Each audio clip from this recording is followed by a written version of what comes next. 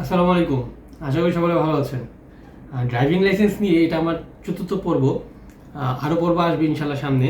আমি চাচ্ছি যে পর্ব যত বেশি হোক না কেন আপনারা যেন ড্রাইভিং লাইসেন্স নিয়ে ক্লিয়ার থাকেন যে কোনটার পরে কোনটা এবং কীভাবে হয়।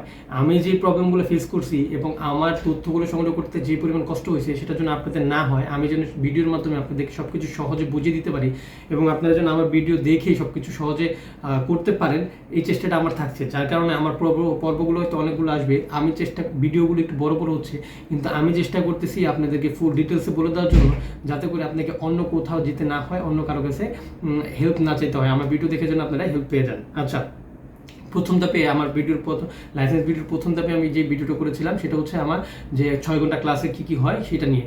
লাইসেন্সের দ্বিতীয় ধাপ মানে দ্বিতীয় পর্বে যেটা আমি দেখাইছিলাম সেটা হচ্ছে যে আমার পরীক্ষা হয়েছিল এবং পরীক্ষায় কী কী প্রশ্ন থাকবে, পরীক্ষা কীভাবে পাস করতে হবে সেটা নিয়ে।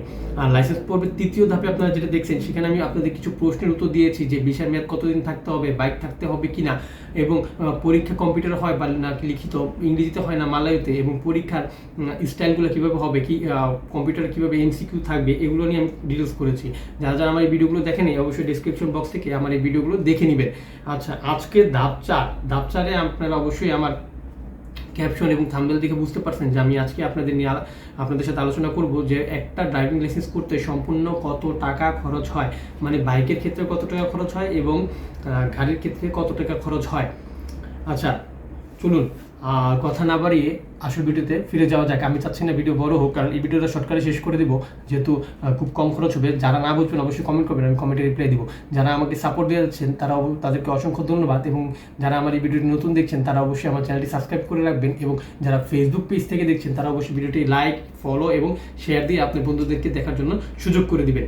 সো চলুন কথা না বাড়িয়ে আসল ভিডিওতে ফিরে যাওয়া যাক।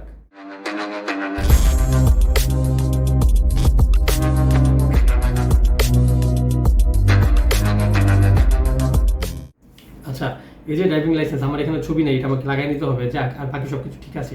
এটা হচ্ছে এল লাইসেন্স। আচ্ছা, এই এল লাইসেন্স পর্যন্ত আমার কত টাকা খরচ হয়েছে আমি বলি। এল লাইসেন্স পর্যন্ত আমার খরচ হয়েছে 400 রিঙ্গিত, আর হচ্ছে 250 রিঙ্গিত। মানে হচ্ছে বাইকের জন্য আমার যে খরচটা, আমি প্রথমে আপনাদেরকে বলবো যে বাইকের জন্য কি খরচটা। বাইকের জন্য যে খরচটা সেটা হচ্ছে আপনার প্রথমে 250 রিঙ্গিত দিতে হবে আপনার যে এজেন্ট, মানে আমি যে এজেন্টের কাছে করছি সেই এজেন্টের কাছে। এখন বিভিন্ন এজেন্টের কাছে বিভিন্ন রকমের থাকতে পারে, সেটা আমি জানি না, তবে আমি যে এজেন্টের কাছে করছি সেই এজেন্টের কাছে অবশ্যই 250 রিঙ্গিত দিতে হয়েছে আমাকে বাইকের জন্য। এবং 250 রিঙ্গিত দেওয়ার পরে আমি সেই 6 ঘন্টা ক্লাসটা করছি, ড্রাইভিং লাইসেন্সে যে 6 ঘন্টা ক্লাস আছে সেটা করছি। এই 250 রিঙ্গিত দেওয়ার পরে আমাকে পরীক্ষার জন্য কোনো এক্সট্রা ফি দিতে হয় নাই। যে কম্পিউটার পরীক্ষার ফিটা আছে সেটার জন্য আমাকে এক্সট্রা কোনো ফি দিতে হয় নাই। তবে যখন আপনি দ্বিতীয়বার, মনে করেন প্রথমবার আপনি পরীক্ষা পাস করতেছেন না, তখন দ্বিতীয়বার আপনাকে 30 থেকে 70 রিঙ্গিত পর্যন্ত দিতে হবে। কারণ হচ্ছে 30 রিঙ্গিত হচ্ছে যদি আপনি নিজে করেন, আর এজেন্টের মাধ্যমে করলে 50 বা 70 তারা নিয়ে থাকে।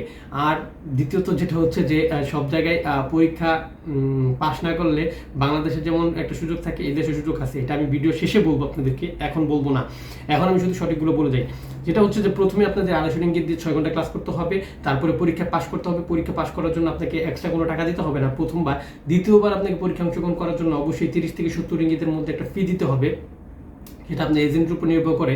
আমি যে এজেন্টের মাধ্যমে করছি তাকে আমি শুধু 50 রিঙ্গিত করে দিয়েছিলাম, কারণ আমি পরীক্ষা অ্যাটেন্ড করছি 4 বার। প্রথম 3 বার পারি নাই, 4বারের মধ্যে আলহামদুলিল্লাহ। আচ্ছা, পরবর্তীতে আপনি যখন পরীক্ষা পাস করে ফেলবেন তখন আপনাকে কি করতে হবে, জেপিজের জন্য পরীক্ষা, মানে বাইক আপনাকে ট্রেনিংয়ের জন্য এবং জেপিজের জন্য পরীক্ষা দিতে হবে। এবং বাইক ট্রেনিং এবং পরীক্ষার জন্য আপনাকে দিতে হবে 300 রিঙ্গিত।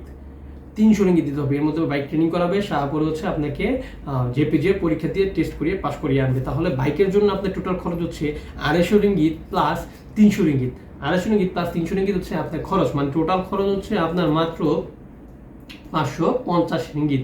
টোটাল খরচ হচ্ছে বাইকের জন্য 550 রিঙ্গিত। মানে এল পাওয়ার জন্য আপনার খরচ করতে হচ্ছে মাত্র 250 রিঙ্গিত। 250 রিঙ্গিত, এবং পরীক্ষা আপনি যতবার পি করেন ততবার। আর হচ্ছে টোটাল আপনার পিতে চলে আসার জন্য আপনার খরচ হচ্ছে মাত্র 550 রিঙ্গিত। মানে আমি যে এজেন্টের মাধ্যমে বলছি সেই এজেন্ট, এখন বিভিন্ন ক্ষেত্রে হয়তো এজেন্ট আলাদা থাকতে পারে, তবে সরকারি রেটে এটা করা থাকে। সেজন্য এইবার আসেন গাড়িতে যদি আপনি করতে চান তাহলে আপনাকে প্রথমে দিতে হবে 400 রিঙ্গিত। সেটা দিয়ে আপনাকে ড্রাইভিং লাইসেন্সের যে ক্লাসটা 6 ঘন্টা সেটা করতে হবে। তারপরে আপনাকে যে ট্রেনিং করানোর জন্য যে ধাপটা আছে, প্রথম ধাপে আপনাকে 400 রিঙ্গিত, সেখানে আপনাকে পরীক্ষা, ক্লাস সব কিছু করানো হবে। দ্বিতীয় ধাপে আপনাকে আবার 400 রিঙ্গিত দিতে হবে।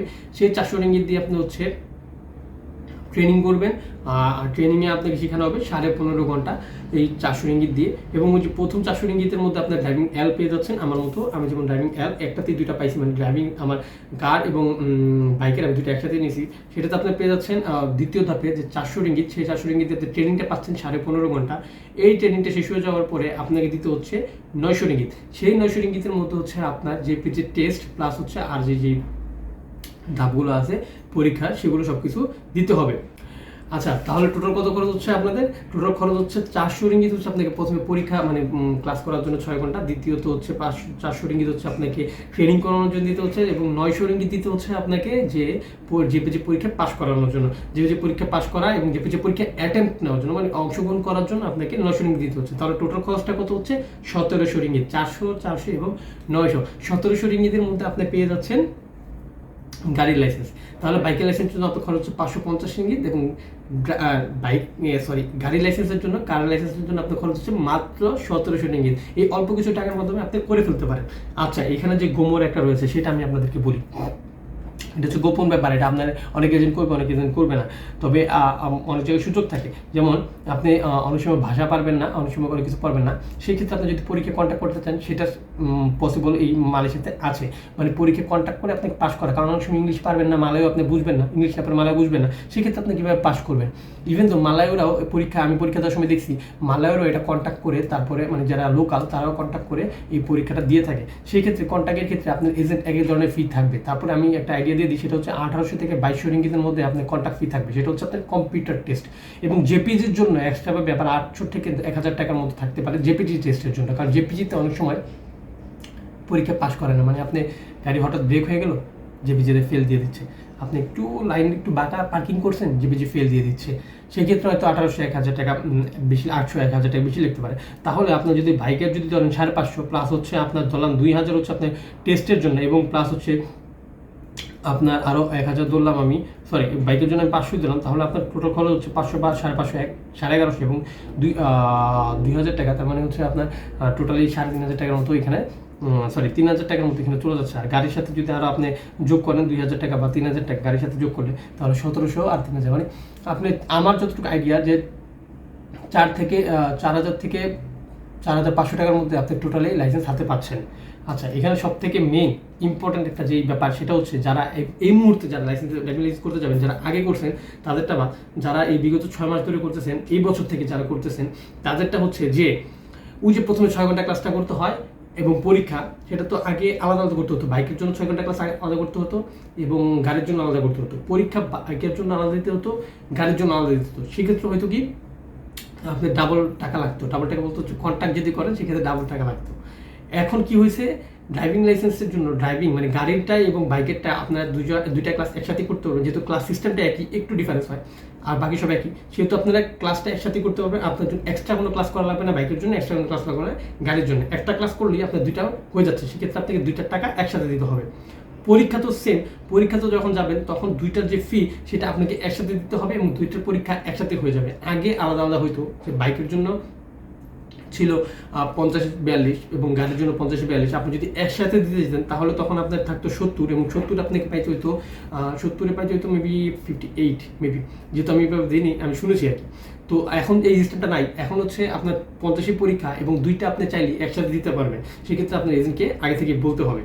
এটা ছিল সব থেকে সুবিধা। সো তাড়াতাড়ি যারা লাইসেন্স করতে চাচ্ছেন মালয়েশিয়াতে করতে পারেন, একটু খরচ বেশি, কিন্তু আপনি চাইলে ড্রাইভিং লাইসেন্স করতে পারবেন। মালয়েশিয়ার লাইসেন্স দিয়ে আপনি যে কোনো জায়গায় চলতে পারবেন। ইন্টারন্যাশনাল লাইসেন্স হচ্ছে পরবর্তীতে আপনি আপিল করতে পারবেন। সো মালয়েশিয়া লাইসেন্সটা খুব পাওয়ারফুল, আপনি এই লাইসেন্স দিয়ে বাংলাদেশে চলতে পারবেন, শুধুমাত্র আপনার যে থানা থাকে সেই থানা থেকে একটা কাগজ নিয়ে। আশা করি খরচ সম্পর্কে আমি আপনাদেরকে ভালো একটা ধারণা দিতে পারছি। ইনশাল্লাহ সামনে আবার যখন ধাপ 5 নিয়ে আসবো আপনাদের জন্য, সেখানে চেষ্টা করবো যে আরও কিছু ধারণা দেওয়ার জন্য। ইনশাল্লাহ সেই পর্যন্ত আপনারা সকলে ভালো থাকবেন, সুস্থ থাকবেন। খুদা হাফেজ, ধন্যবাদ। For more updates, subscribe to our YouTube channel and click on the bell icon. Follow us on Facebook and Instagram. Don't forget to like, comment and share.